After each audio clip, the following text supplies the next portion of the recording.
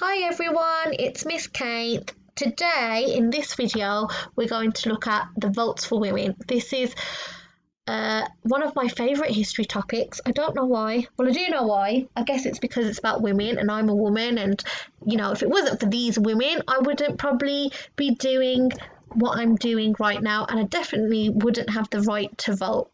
So yes, it's nice to learn a little bit about how history has impacted life for me as an individual. Okay, so I'm just going to get started. Oh, it's not working. Bear with me. There we go. So, votes for women. So 2018 marked the year or the centenary of this famous act that was passed called the Representation of the People Act. Now, if you're thinking, what does this word mean? Centenary, it means the 100th anniversary of a specific event. So 2018 marked the anniversary of this act.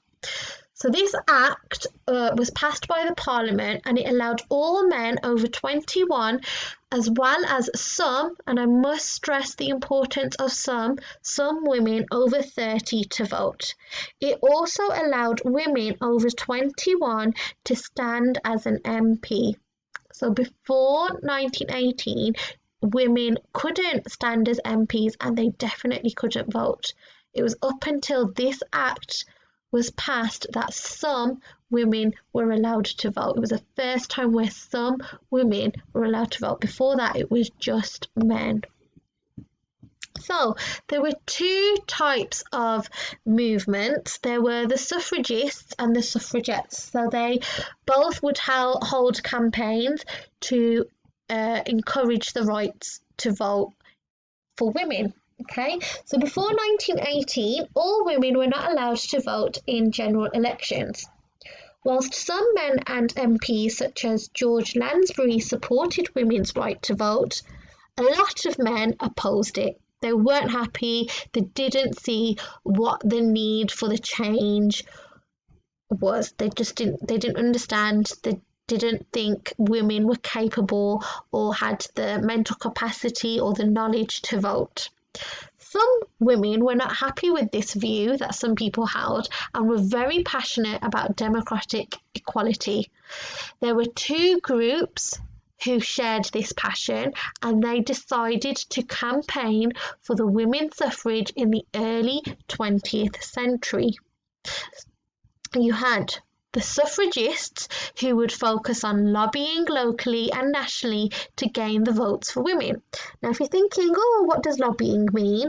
Lobbying means the act of trying to persuade the government or the government officials in a more peaceful manner. So it's things like signing petitions, speaking to MPs, speaking to people with authority, like meetings in a very peaceful, calm manner. The suffragettes, who went for the opposite sort of manner, they went to greater lengths for the cause, including illegal and violent campaigns. And they did these things to make a point that they were not going to give up. So let's look at the leaders of the groups. So for the suffragette movement, the more violent movement, the more aggressive movement, the leader of this group was called Emmeline Pankhurst. I would definitely, after this video, I would recommend, if you do enjoy this topic, research her. She's a cool woman to research, okay? So she was born in Manchester to parents who were very politically active. She was first involved in the women's suffrage movement at just the age of 14.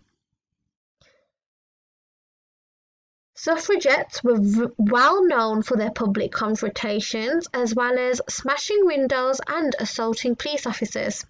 Along with her daughters, she was arrested. They spent time in prison, where she herself would go on hunger strike in pursuit of her goal. Now, that's like a really cool little area to research. It is a little bit sensitive, so if you don't like the oh, it might be a little bit emotional, but if you do really like this topic, then definitely look at her hunger strike, because it had a big impact and it definitely swayed people's opinions about the right to vote, because it just showed this woman was not going to give up. She was so adamant that she wanted the right for women to vote that she wasn't going to eat in that prison. So it had a big impact on their campaign. So that's Emmeline Pankhurst. So she was the leader of the suffragettes. Then you have Millicent Fawcett, who was the leader of the suffragists. Sorry. I may have said her name wrong. You're going to have to check on Google, but that's how you spell it if you want to have a look. So she was born in Suffolk and she was educated at a boarding school in London. She held the largest peaceful suffragist organisation. She loved literature, so she really liked learning as well. She loved literature and she began in her school years and would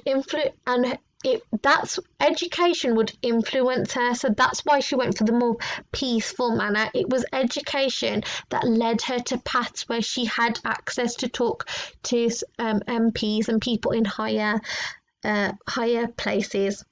At age 19, she went to a speech by the MP John Stuart Mill. She was inspired by his support for women's rights, and eventually she became active in his campaign. So I'm going to give you a few activities to do. If you want to do them, it's up to you. The first thing I would definitely recommend is to have a look on Google at some of the posters that the women created. So it's a bit of source work. They're so simple but yet so effective.